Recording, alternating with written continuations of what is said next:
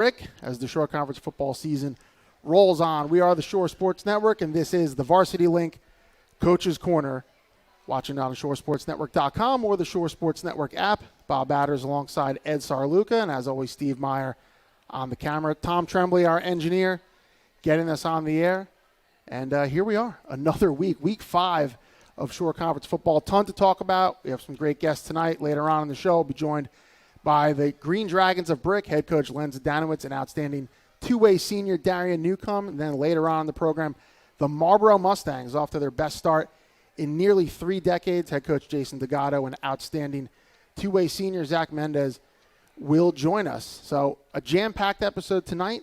A lot to get to, as I said, Ed, and I welcome you in. Ed, how we doing? What better atmosphere than looking out over the water as the boats drift by? Yeah, you can't beat it. And another beautiful day down here in the shore. It is fall. It felt like fall this morning. Yeah. It's going to feel like it tonight, which is good. It did really warm up, feels though. like football weather now, Yeah. but it's still our local summer. Seems like October 1st, somebody tells the weather to just switch, where you got to wear the jacket at the games at night. Soon enough. You know it's cold when the football coaches that only wear shorts actually will put pants on. Some never will, but nah. We got one here tonight that doesn't wear pants. He doesn't own a pair. That's right. Only shorts for Mr. Z. So week 5. So we're more than halfway through the regular season. 3 weeks, including this upcoming week, left in the regular season. Then it's on to pod play and then the state tournament. So division titles up for grabs. You have some huge games coming up this weekend and, of course, in the following 2 weeks. We'll get to that later on when we talk about what to expect in week 5. But for now, we're going to go back to week 4, look at some of the big results. First, though, the big news story in the Shore and really one of the bigger ones around the state, Ed, and that's Donovan Catholic. The ruling coming down Monday, the Griffins are forced to forfeit their first 3 wins of the season using an ineligible player. And obviously that was a big one that came down. So they go from 3-1 now to officially 0-4, even though they did win the 3 games on the field. I was able to talk to the Donovan Catholic administration. Dr. Edward Gear has been their principal for over 3 decades. Their athletic director, Tom Morio. They explained the situation, and what it comes down to, unfortunately, is really just clerical error. Paperwork, and a kid who is a reserve player sees time, maybe on special teams towards the end of the game, but still that is the rule, and that is what happened. So that's been the talk so far these last couple of days, Ed. Yeah, you got to remember, everybody talks about, Donovan Catholic now goes to 0-4, 0-4. But don't forget the teams that they beat pick up an extra win, and that will help their participation in these pods and also into the state tournament. So teams like Colts Neck goes from a one-loss team to now back to being undefeated. Yeah. I'll tell you what, it's been great for my paperwork, too. We try to do the standings and the team pages and asterisks here and asterisks there. So that has not been fun. But as you mentioned, those wins, one of them is over Archbishop Stepanak of New York City, which probably the happiest team in New York. Not in a mean way, but we don't care about it because it's not one of our teams. And then Tom's over North and Colts Neck. So Colts Neck officially 3-0, even though Donovan did win 35-0 in commanding fashion. Right. So from that perspective, yes, officially they're 0-4, and that will affect their standing and where they qualify in the state playoffs. We'll see how that affects their qualification for the pods coming up. Certainly some of their games on the schedule will really have a hand in that.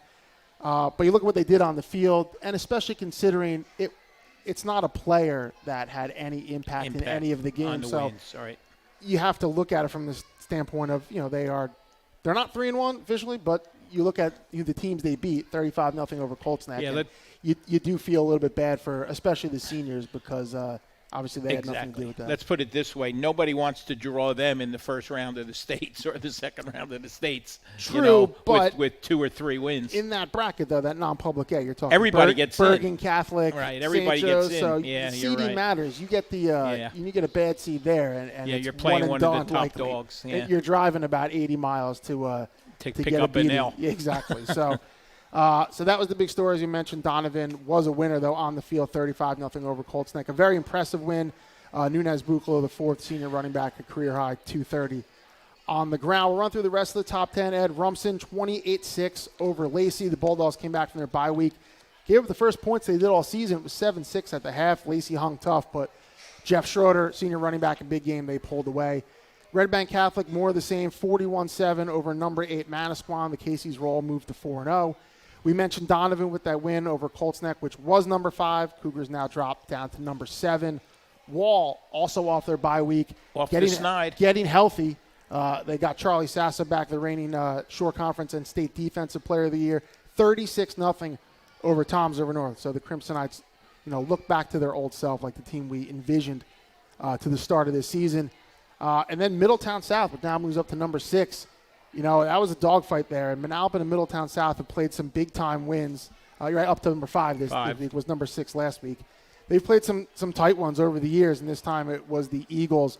13-7 in overtime. Tom Shork with a touchdown pass to Jack Latour in the extra session.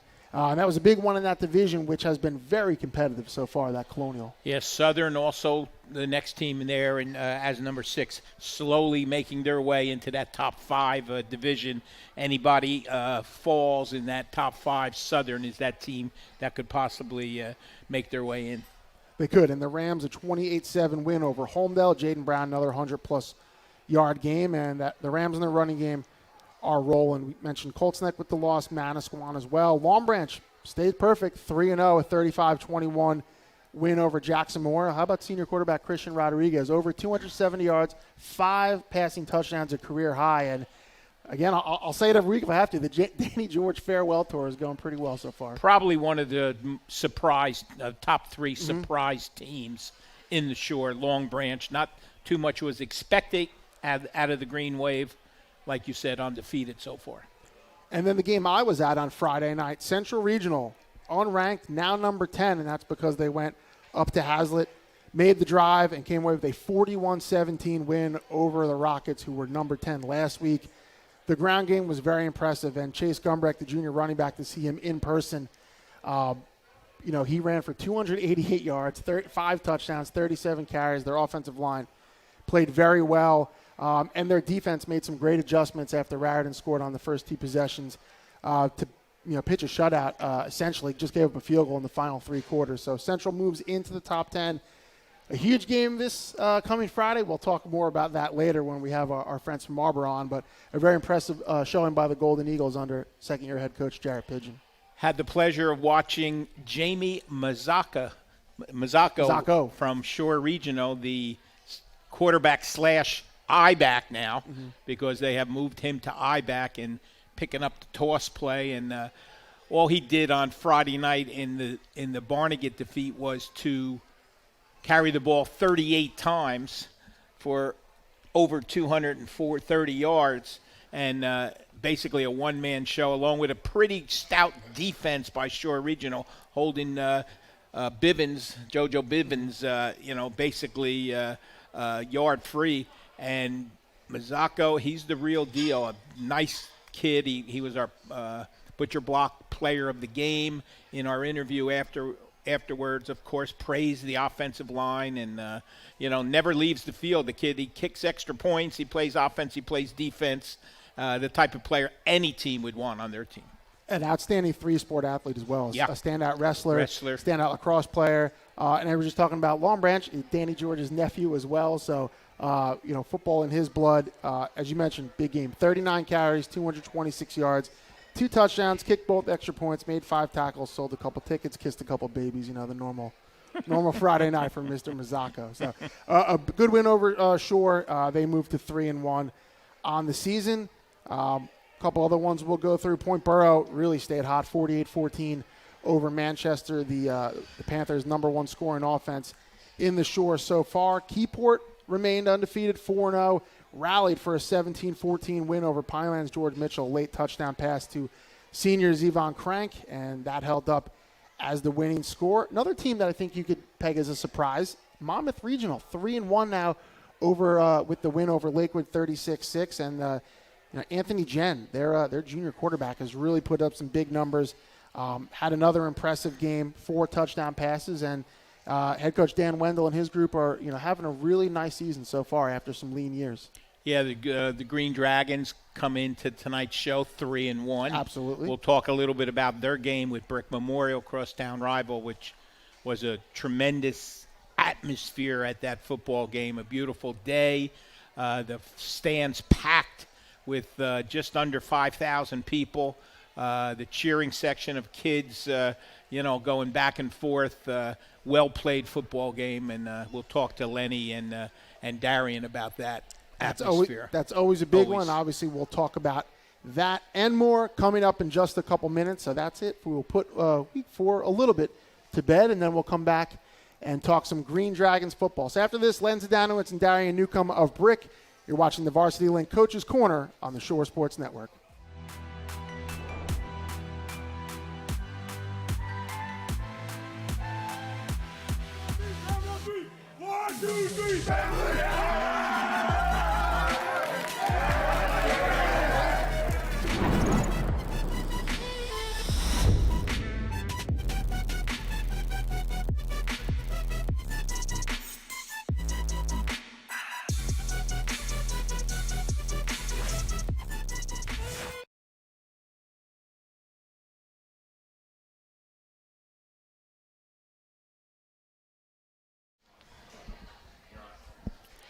Back here at River Rock Restaurant and Marina Bar in Brick on the Varsity Link Coaches Corner. A little word from Varsity Link before we get to our guests. What is Varsity Link? It's the athlete's social media network, the first social media platform designed as a recruitment tool to help enhance an athlete's opportunity and a coach's recruitment process. Varsity Link also allows friends, family, and the football community a chance to be a part of the action as athletes and coaches post and interact on the app. So to join the community, visit www.varsitylink.com or download the Varsity Link app wherever you get your apps, Google Play Store or the Apple App Store. With that, we welcome in our first guest of the evening, the Green Dragons from Brick, the 3-1 Green Dragons head coach Len Zdanowicz and two-way senior lineman Darian Newcomb, a 4-year starter, so he's a veteran of this. Guys, first of all, thanks for taking the short drive down Route 70 and come and hang with us tonight. Oh, it's great to be over here. It's, like I said, great atmosphere over here. It's nice when it's in the summer, but, now it's the local summer, so it's a little different, getting a little chilly, but it's great to be here. Thanks for having us on. So you come in 3-1. Obviously, anytime you beat Brick Memorial, it's a cause for some celebration there. And it was an impressive win, 36-18. I know it was close, and you guys pulled away late. Certainly you get a lot of juice from that win, and being that it's in week 4, it may be some momentum from that. Just how about the way your guys played and what's always an emotional game between the two crosstown rivals? Coming into the game for us, we had talked about it in practice and all in our film sessions with our kids about our past games, and we were doing a lot of shooting ourselves in the foot, doing our own mistakes, just untimely holding penalties. Against Howell, we probably had about 150 yards in penalties and brought back touchdowns. So we get told right now our biggest enemy is ourselves, and we got to eliminate the mistakes. And if we do everything we're supposed to do, we'll put 30 points on the board. And it so has it that we did everything we're supposed to do against Memorial, and we achieved that goal. It's just a matter of the kids working hard. And then, going in against Memorial, that game, it's, all week, it's all leading up to it. We didn't have that many great practices that week. And, on Friday we came out, had a real good one. But, the kids put it all together, and we have a lively group of seniors. It's a very close-knit group and a fun to be around group, I'll tell you. And sometimes it drives me nuts sometimes, but it is fun to be around them. But these kids, they can turn a switch when it's time to go, and they're fun to watch. Let's get Darian involved here in the conversation. Darian, I mentioned before you guys got on about the atmosphere at that football game on Saturday. A 12 o'clock start. They couldn't time it any better because it was at the height of the heat.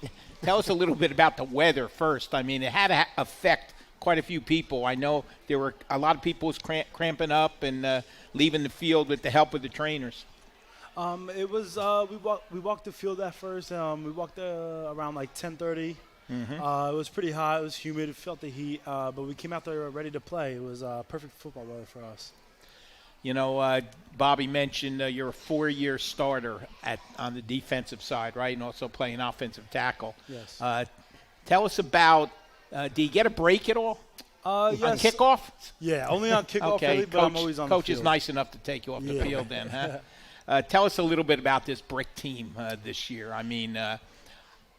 he's not the biggest guy, but Tyler Wisniewski has got to be one of the toughest runners in the Shore. I mean, he runs hard every time he touches the football. Yes, sir. Tyler Wisniewski, he's my day one. He's always been on my team since we were 7. He's always been like that nitty-gritty, short kid, very tough, one of the fastest on the field. He's hungry. He plays hungry with the chips on his shoulder. So Yeah, his Lenny, his long touchdown run really broke the game open. Yeah, that first play of the second half, it really wasn't blocked up that great, and Tyler just slithered right in there. And I mean, it's like every time he gets the ball, I mean, the way he moves, the way he runs around. I mean, Ed, you might know this, but just reminds me a little of Steve Vitata, the way he runs. Exactly. I mean, he just Totally knows what agree. to do, and he just got a little bit more breakaway speed, but knowing the cuts and the tough runs inside, just, I mean, from knowing Steve, it reminds me a lot of him. Tyler, too, while we're on him, he seems like his style, the way he plays, it kind of epitomizes this team. Like, when you look at the roster, there's not, like, probably other than Darian, because he's a 4-year starter, he's been an all-division player, there's not too many names that pop out, but it's that workman-like, blue-collar, kids like him, tough, they're going to do what you need to do, and that's why you're 3-1. It seems like that's the makeup of this group for you guys. Listen, we have we have a great all-around team, a great kid to be around. And Tyler last year, I mean, he got knocked out. He had a concussion in one of our early games. So we didn't get a chance to see him the whole season, which kind of hurt us. But, he's coming back this year, and he's really, he gives a great effort on both sides of the ball. And he doesn't come off the field, I think, much at all like Darian. He's on a couple more special teams than Darian. But he works his butt off. And, during the week he gets to recharge again. He's always got something nagging him because he just plays so hard on game days. A couple more on the Brickmore game before we move away, but I got to talk to you because I think you guys are up 30-18, and then there it goes. The lineman's dream. Balls land right there on the turf, scooping school for the touchdown. You just said before we came on the air, your first career touchdown on the defensive side. Just how about that? Take me through that play, and what's it like when you see that ball there all alone just waiting to be picked up? I got to give credit to Mikey Schleifer. He made that big hit. I saw the ball on the floor. At first I was shocked. I didn't know what to do, but instant took over and picked up the ball and scored. Well, you ran the right way. Yeah. Sometimes those linemen run the wrong way, But, it is a dream. We've had a few games this year where linemen have picked up and scored touchdowns. I joke on Twitter, I call it the fix six. I mean, come on. You gotta get in there. We've had a few linemen take it to the house this year, so always good to see that happen. Coach, one of the things I think the committees got right this year was the division setups. I think they pretty much got it right, matching up the teams fairly equally, and that's why all of these divisions are pretty even, with people knocking off people and so on.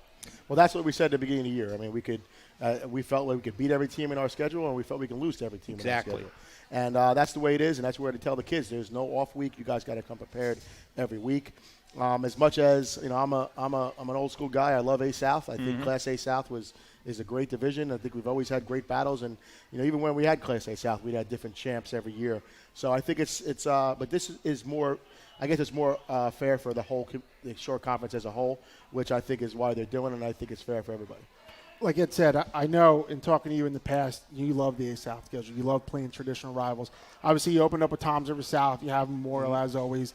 Lacey usually not a division team, but I'd say that's probably a rival for Brick. So is it good that at least there is that balance? You're not getting that traditional schedule, but you do get a chance to play some of the teams that you usually do, and maybe might get more chances in those pods too. Well, that's when I saw the schedule come out. We were trying to get a week 0 game, and I called Ronnie and said, listen, let's try to get this going again. He was all on board. We said, we'll go there, and we're going to be at our place next year. So we wanted to jump all over that to play South again because, Brick South for years, it hasn't been what it's been recently because we haven't played it much. But every year, I mean, it was always it was South week, it was Brick week to them. And, this year the kids were all pumped up for it. So, it's just always good to play those, as much as I like the parity of everything, not playing, North, East, Southern, Jackson, playing all those teams is a little different. But, we'll play whoever they put in front of us. Darian, let's talk a little bit about your schedule. 3 fairly unfamiliar teams coming up, Ocean, Middletown North, and Neptune.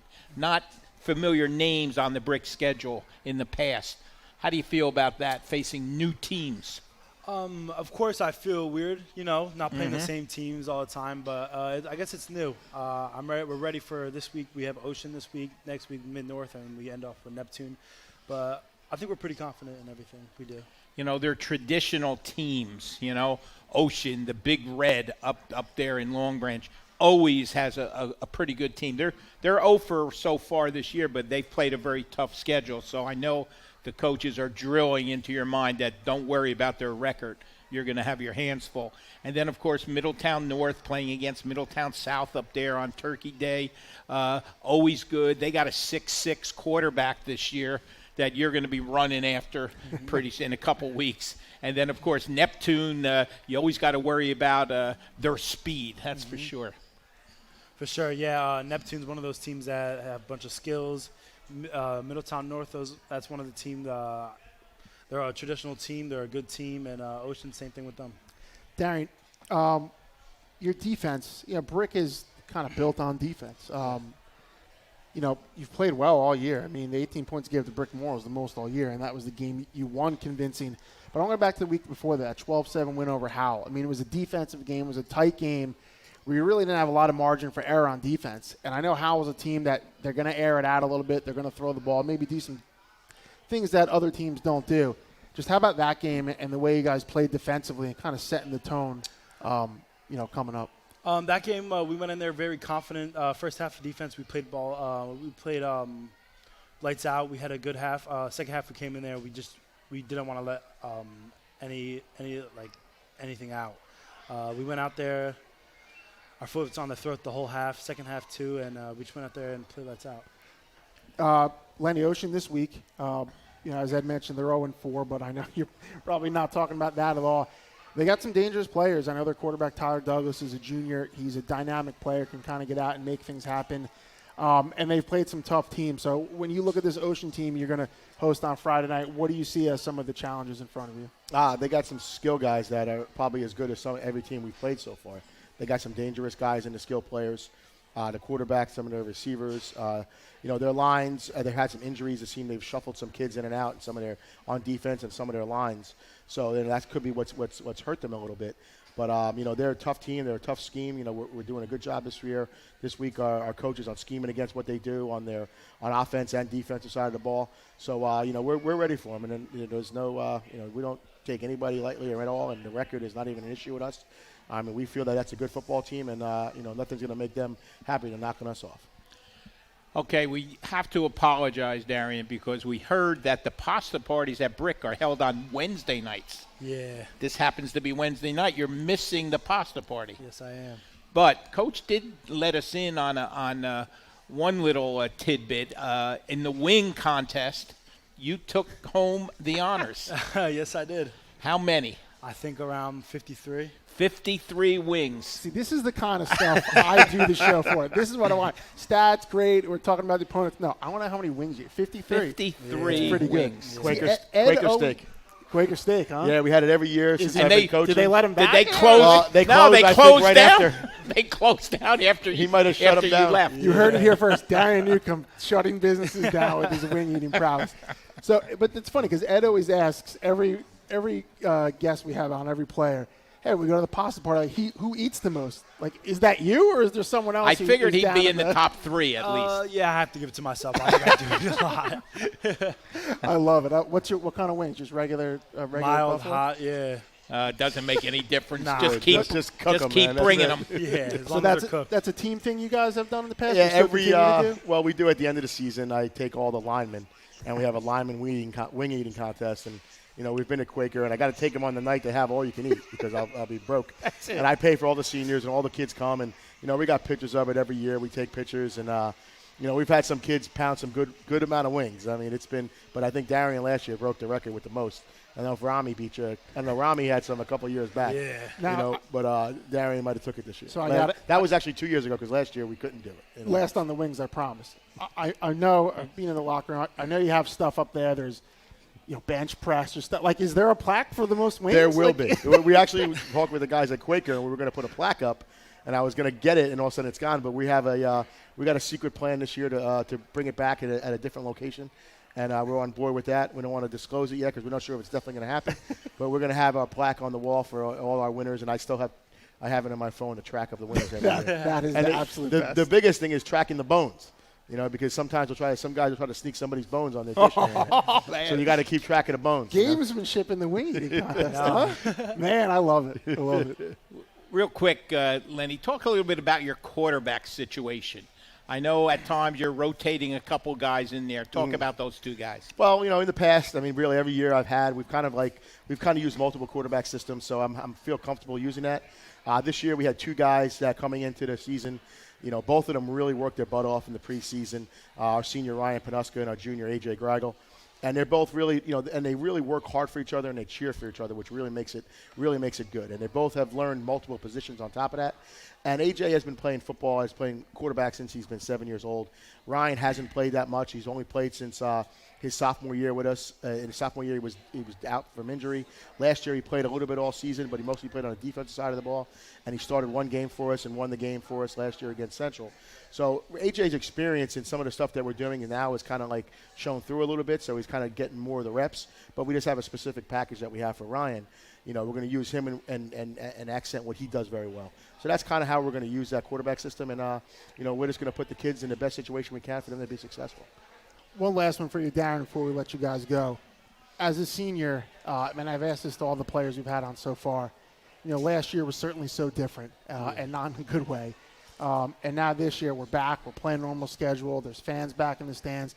Describe the atmosphere and what it was like running that onto the field, at that first home game as a senior with the fans there. I can't even explain it in words. It felt way different from last year. You had no one in the stands. Our dog pound, we had probably over 500 kids in the stands that game, but it was different. I think it motivated us to play harder. It was a good game. Well, the dog pound was in rare form on Saturday. I'll tell you that. Yeah. I looked over there, and I think some of the ladies out there were cheering harder than some of the guys. That's for sure. Good stuff. And I got to say, I was saying this before when you guys were eating your meal. I love the classic green shirt and the white tie. Every time you players come on, they always have those on. And Brick's all about tradition, and that's a cool one. I love that. We've worn that. The kids wear it every Friday for game days. It's something that we do with their outfits. And, I get compliments from the kids and the teachers in the building and just the way our team carries themselves. And, they just do a great job. We have great parents that have raised great young men, and the kids do a great job. And it's just they deserve to look that part. Lenny, thanks again for coming down. We always appreciate talking to you. Darren, you as well. Always good talking to the Green Dragons when they stop by the Coach's Corner. Best of luck to you this week and beyond. Thank you, guys. Appreciate it. Thanks for having us. Thank you. All right, that's Len Zdanowicz, the head coach at Brick, and senior Daria Newcomb. We thank those guys for coming by, and we're going to take a quick break. When we come back, we'll talk Marlboro Mustangs football here on the Varsity Link Coach's Corner.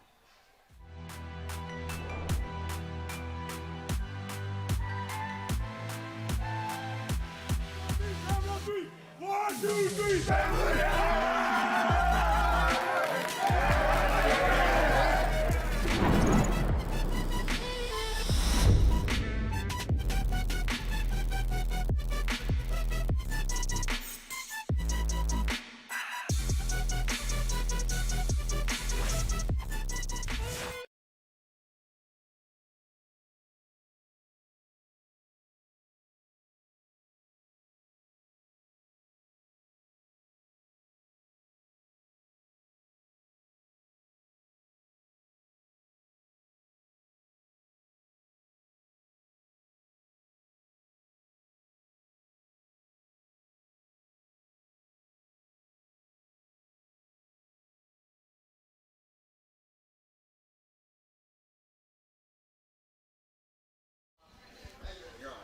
Back here on the Shore Sports Network for the Varsity Link Coach's Corner.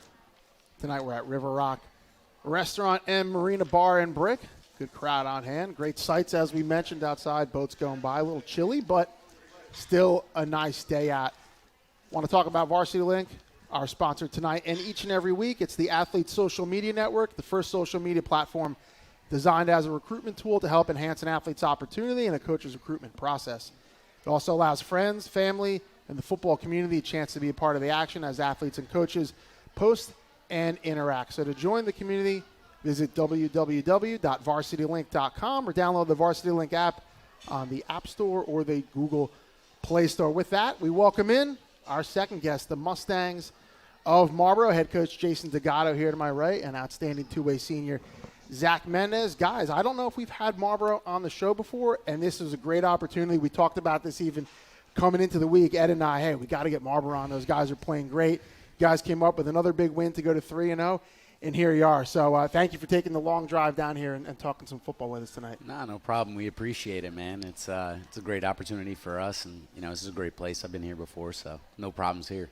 3-0, and I remember we were going through this a couple weeks ago just trying to figure out when the last time was, and it's been since 1999. So you're talking a while since you guys were 3-0, and it's been an excellent start. You've had some blowout wins. You had a nail-biter last week.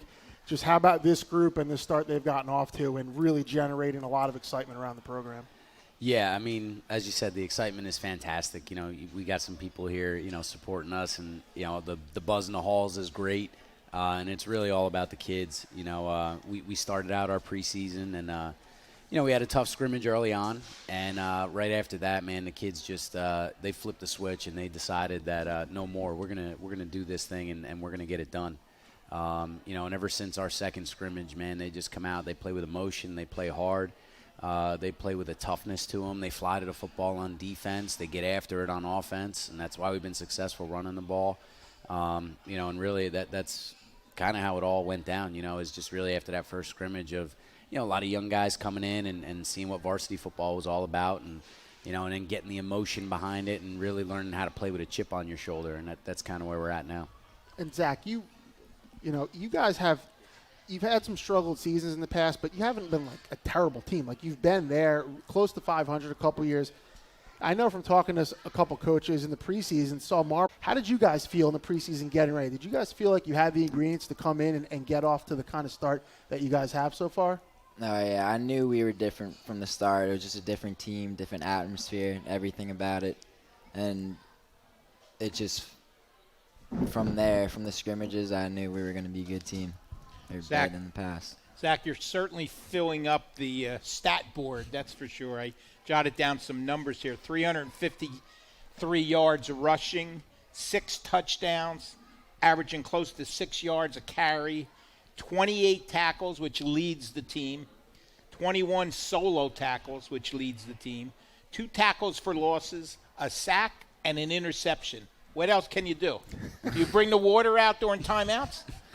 No, nobody does, actually. Nobody got to get on that. We got a coach. Do you hear that? We got to get on that. That is good. But, yeah, you fill up the numbers there. And I know football isn't about numbers, but it's nice when, you can be the leader of that team, from the running back position and from the linebacking position. How do you feel about that? It's great. I mean, who's calling the signals on defense? Are you? No, I'm the Somebody wheel else? backer, the mic backer. Okay.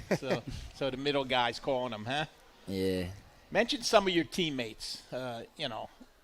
Tight games you've been in. This last week, especially against Freehold Township, 20-16. What about some of your other teammates on defense? Are there some of them back here? You better mention all the ones that are here. That's for sure. Peter Budveit, sophomore Matt Cassidy, Alex Frank, and Hunter.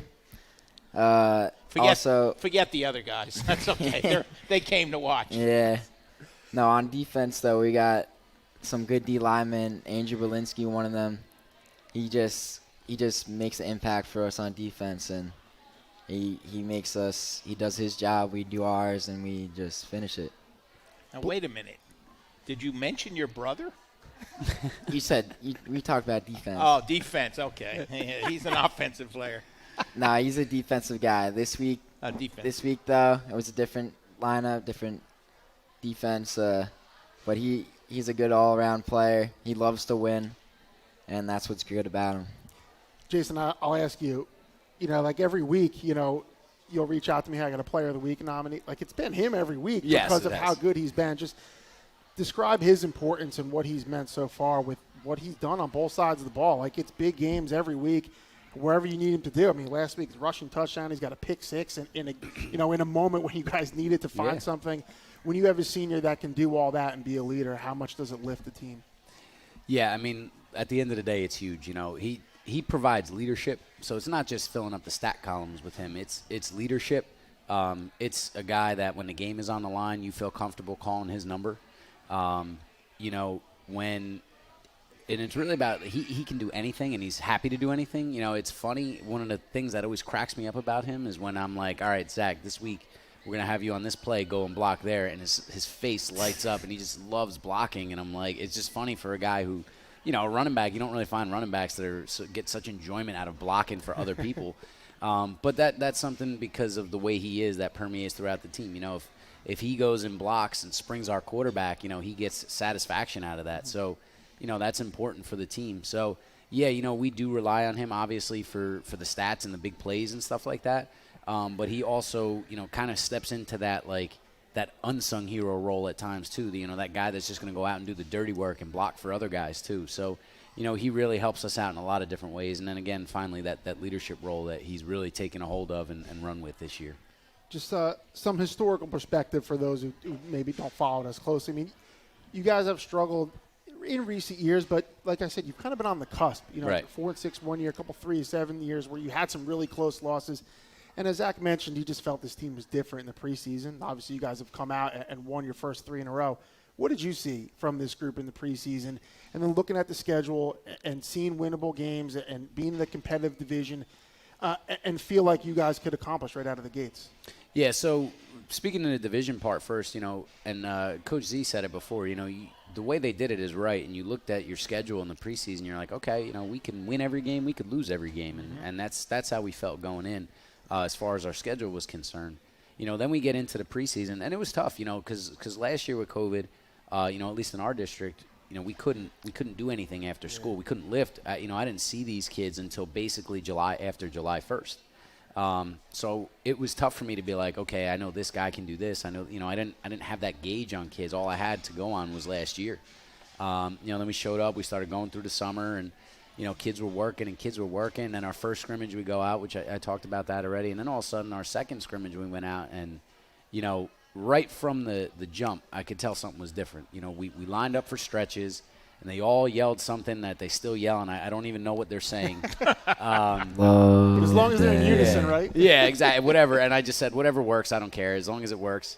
You know, and then they all started clapping in between. So we were doing our pregame, and in between each breakdown, they're clapping, and they're doing their own little thing. And I'm like, all right, well, let's see where this goes. You know, we lined up for it was either extra point block, and they're all hooting, hollering, yelling. I mean, we just booted through, and it's like, and they're screaming, yelling, and we line up for, you know, kickoff. They're screaming and yelling. And I was like, all right, let's see if we can carry this emotion in. And we carried the emotion through the entire scrimmage. We had a great scrimmage. The kids performed really well. And that's, you know, after the scrimmage and all the kids leave, we all kind of looked at each other as a staff, and we were like, okay, I think we got something here, you know. And then line up for the next scrimmage. It was another test. Like, all right, was that a one-shot deal, or is this who we are now, you know? And they brought it again for the next scrimmage. And it was like, all right, I think this is who we are now. And that's when we really sat down, and I said, I think, you know, we have the opportunity here to really come out and surprise some people. Zach, you know, this team you're playing Friday night, they're for real. You know, they're undefeated, and they've got a running back, you know, Chase Gumbrick, who has put up huge numbers all year. So, and both of you happen to be undefeated. Both of you have a good chance of winning, you know, last couple of games here. You understand that this very well could be for the Liberty Division Championship. I know you don't want to look ahead, and that's why I didn't ask Coach, you know, but you could look ahead a little bit, and, you know, you win this one, you got to jump on the division. Well, I'll actually say if they win this one, they can clinch the division title with this win because the 5 teams division. Yeah, you played all division games. That's the last that's division right. game. You so played non-conference. You're actually right. playing for a division title. So there you what's go. that like? How about that hype going into the game and, you know, knowing what's on the line? I mean, to be all through my high school career to going from like losing seasons to senior year, going into our 4th game as a division championship, it's just wild. I mean, I'm super excited to play in it too, and we're all ready. You know, that's all I can say. We'll talk about that game now too. You know, Central I saw last week, obviously a very impressive team. I'm sure you guys have watched a boatload of film on them. They got a running back who's putting up a ton of yards, leads the shore in rushing, a big offensive line. when you guys go into Bayville on Friday night, is it as simple as it seems? Like you got to stop them from running the ball at will? Yeah, I mean, honestly, it is as simple as it seems. At the end of the day, there's no secret about what they're doing. They do what they do, and they do it really well. And the bottom line is we got to stop it. We can't just let them do what they do so easily. You know what I mean? Again, that's a good football team. They're physical up front. They got a physical back who's fast. They got some good football players all over the place there. They got a good coaching staff. I have a lot of respect for those guys. Know some of them pretty well too. It's the bottom line is, we got to be able to stop that running game. That's first and foremost. You got it. You got to say you got the better Papalia, though, right? Is that how you're going to go into the game? I'm starting the war between Jimmy and Frank. I shouldn't do that. I'm just kidding, guys. But all kidding aside, and like Zach said, the opportunity to where now you're in Game 4 and you're going in a Friday night, and you don't have to look ahead. You can say, hey, guys, if we win this game, we put up a division championship, and that's only been done once in school history. Just how about that as a motivating factor that you can put out there and say, hey, guys, it's right in front of you? Yeah, after the Freehold Township game, I wasn't really sure, how I wanted to approach it. It's a unique position. So do you approach it as, hey, it's just another game, we prepare like we always prepare, or do you really just lean into it? And I chose to lean into it. It is a unique situation. Hopefully, it's a situation that in the future we become more familiar with. But it is a unique situation. Let's lean into it. Let's get fired up about it. Let's put together our best week of practice. And let's go out there and put our best effort and leave it all on the field. And that's the way I've been approaching it this week. But it is super exciting. And, everywhere I go, people keep reminding me, man, like just give yourself 1 second on the field and just step aside for just 1 second before the game and take a breath and realize, where you went to where you are and, savor that moment for just a second. And, so I'll probably do that real quick, give my son and my daughter a hug before the game, give my wife a hug before the game, before we get rolling and, just really put our best effort out on the field. Sounds good.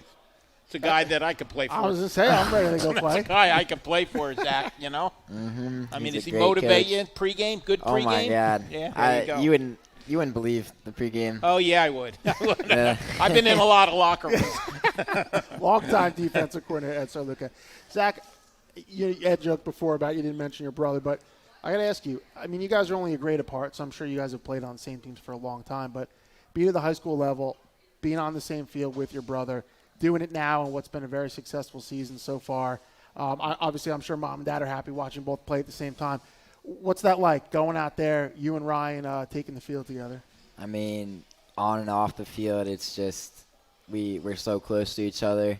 On the field, we can do, good together. And we go home talking about it every day, about each other's plays, giving each other credit. And it's just cool to be playing with your brother on varsity and making a change in the program this year. Well, Bob, Marlboro at Central. Who would have thought it? It's for going to be a good championship? one. Huh? And we've talked about this a lot. I'll go back to our very first show when we looked at these divisions and we're trying to pick who's going to win. And it was like, I mean, yeah, but I don't know. Like, they're so even, and we did that in every division. So we've been talking about surprise teams here and there.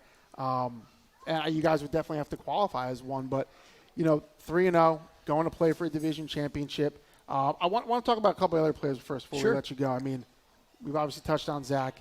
Your quarterback, A.J. Schwartz, is a junior, and he's had a very good season. I mean, he's run the ball effectively when you need him to. Hasn't thrown for a ton of yards, but he's been super efficient. Hasn't turned the ball over. 4 touchdowns, 0 interceptions, a couple picks on defense. He's a pretty integral part with what you guys do, especially on offense. It's that two-man game really with him and Zach. Yeah. I mean, look, at the end of the day, that kid's another leader. He's actually over there. But he's another leader for us. This is a kid who, as a junior, was voted a captain by his teammates. So I think that shows you what his teammates think of him. But at the end of the day, he's a great football player as well. I mean, you see what he can do with his legs. He really just adds a whole dynamic to your offense that really makes defensive coordinators crazy. It's tough to account for that running quarterback. That's that extra guy, that makes things difficult.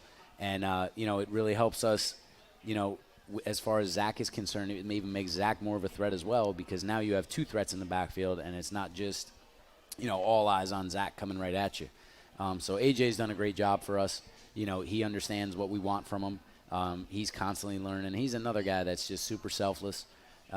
Just wants to do whatever it takes to get the W. If he doesn't throw the ball at all or whatever it takes, just let's get the win. He doesn't care. Hit on a couple more of your stat leaders before I let Ed get to his signature questions. Sure. Ryan Mendez, Zach's brother, 5 catches for 91 yards and 2 touchdowns, a team high, 11 tackles, 6 tackles for loss. So when he gets in and makes a stop, it's usually for negative yards. Andrew Belinsky, 3 sacks, which is a team high 7 tackles for loss among his 23 total stops. Then Matt Cassidy, 4 catches, 54 yards and a touchdown, 2 interceptions on defense. So those guys been leading the way so far, at least in the box score. Zach, any unsung guys that you can think of? I mean, the linemen usually always fall into that category, but how about some guys who are really doing some good things, but maybe they don't show up in the box score? We got our left guard, Michael Jean Caspero. He always does his job. He's not the biggest on the field, but he'll block for me. Every time he pulls, I'll be ready for him to run someone over. Hey, night game. You guys don't get a chance to play too many night games, right? Mm-hmm. With the no light situation at Marlboro. On turf. You like to run on turf? Yeah, it's a bit easier than grass. No excuse then Friday night, right? Yeah. Can't get caught. Okay. Can't caught from behind then, right on the turf. Yeah, you can't get. You got to get in the end zone every time you break through. But anyway, we asked Brick about the pasta parties. They're missing. The 2 guys are missing their pasta party. When is yours? Thursday nights? We only have ours for home games. Oh, home unfortunately. Games. Oh, jeez. But we got sandwiches on Friday before the game. Well, that's a Kind plus. of qualifies. It's like a half pasta party. I'll tell you what. You win this one, maybe, just maybe, you get our team of the week. You never know. I'm not making any promises, but that'll get you what is it, $500 or $250 worth of Mike's subs. Jersey Mike's team of the week. Jersey Mike's team of the week. Jersey Mike's subs. That's a good mean, deal. that's a good incentive. 4 sandwiches. Coach will use that one in the locker room, Yeah. But I want to wish you the best of luck.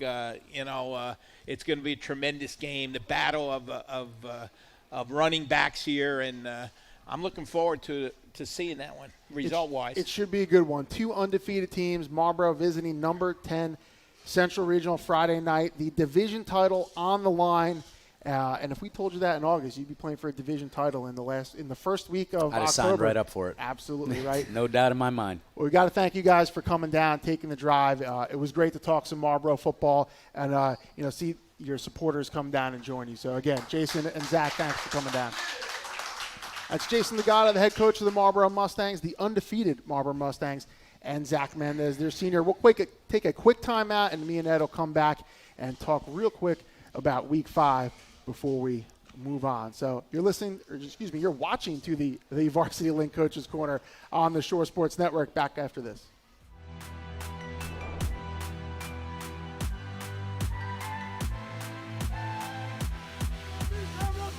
One, two, three, family!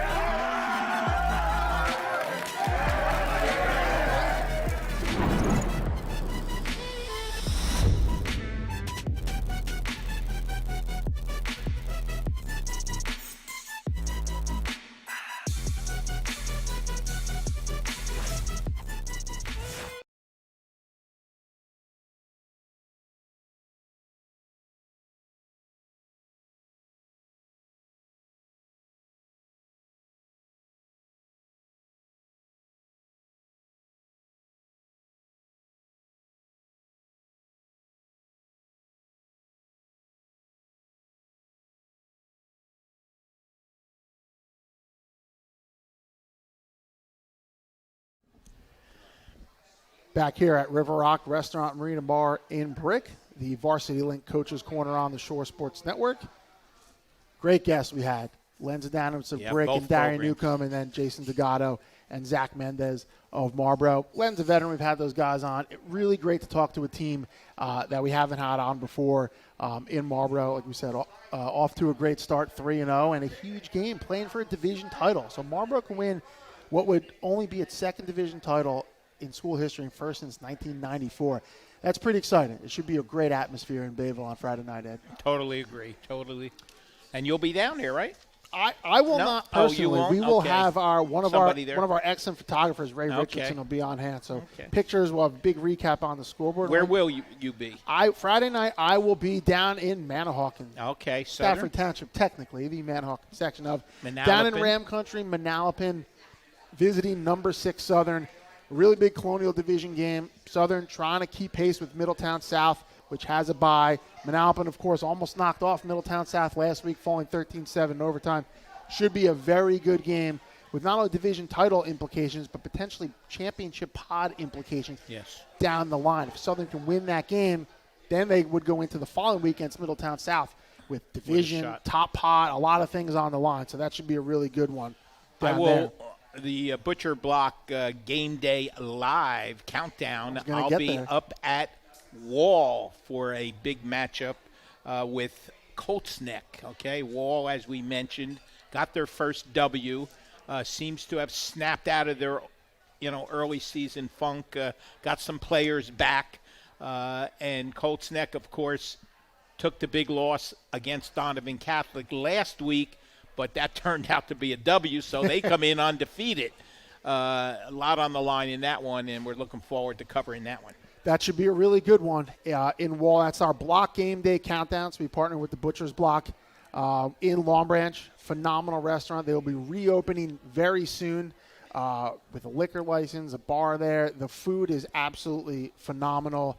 And even though they're not open now, the Butcher Stop is still open. So you go on their website, theblocknj.com. They got some great cuts, some phenomenal meat, beef, chicken, pork, you name it. Some really, really excellent stuff from Tommy D'Ambrisi and his crew. So here's the deal. When you go to the Wall game, if you're going there, you should go because we'll be there. Find the Shore Sports Network van. You can't miss it. The Shore Sports Network SUV, I should say.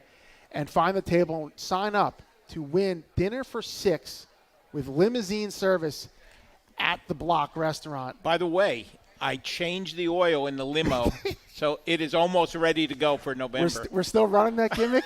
Ed's driving the limo? If we really do that and you think the glass opens and Ed's got the chauffeur hat on, I don't know. I need a hat. We need photos of that. But stop by the table, see our guys, and sign up to win dinner for 6 with limousine transportation to the Block, which will just be an absolutely amazing night. So that's our Block Game Day countdown. This Friday, number 4 Wall hosting number 7 Colts. Like Wall also, look for a feature on Shore Sports Network sometime tomorrow. Wall with a brand new grass surface that is so nice it almost looks like turf.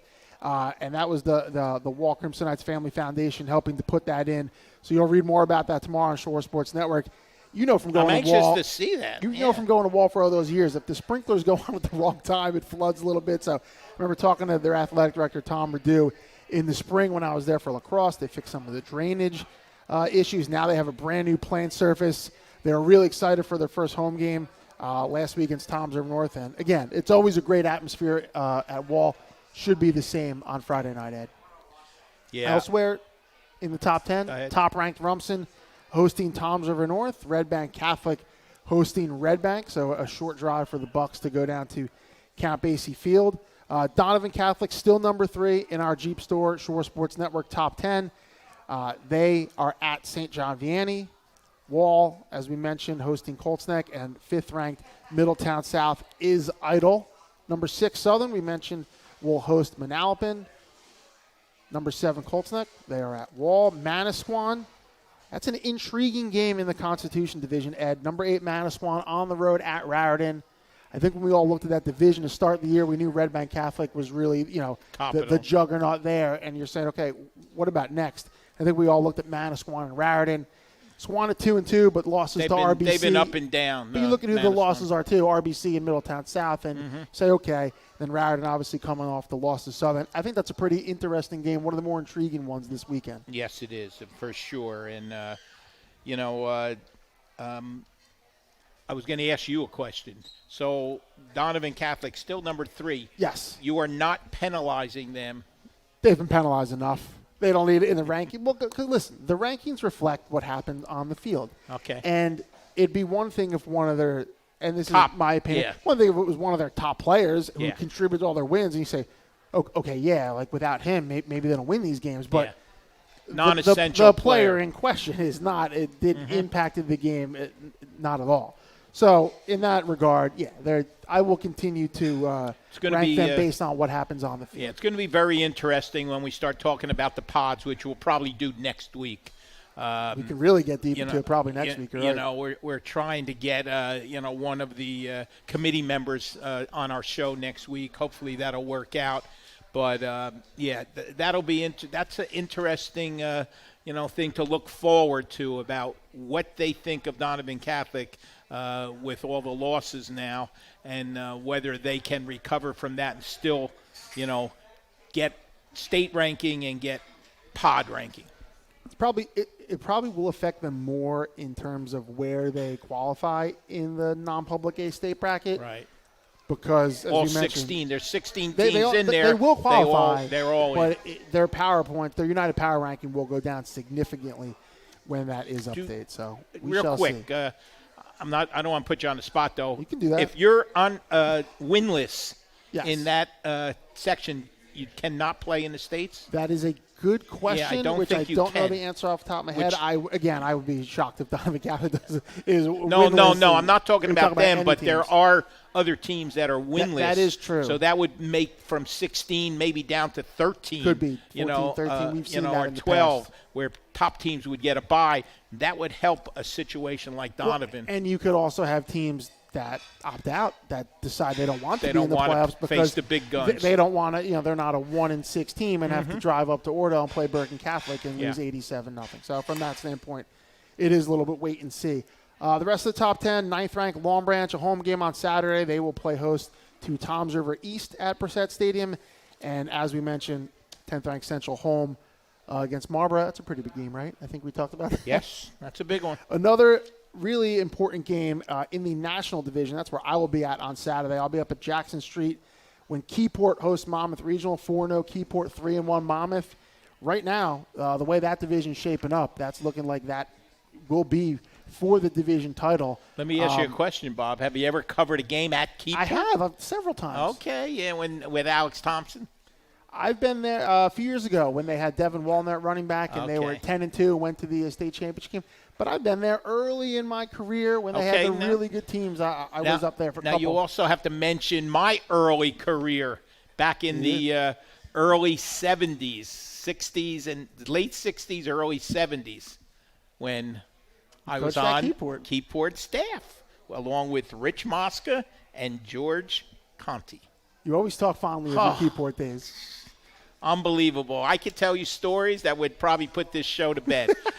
Well, with that note, let's get out of here. Let's get out of here for the week. But, again, thanks to everyone here at River Rock, for the support and taking care of our guests. We want to thank our guests, of course, from Brick Township and Marlboro for a great show. Steve Meyer on the camera.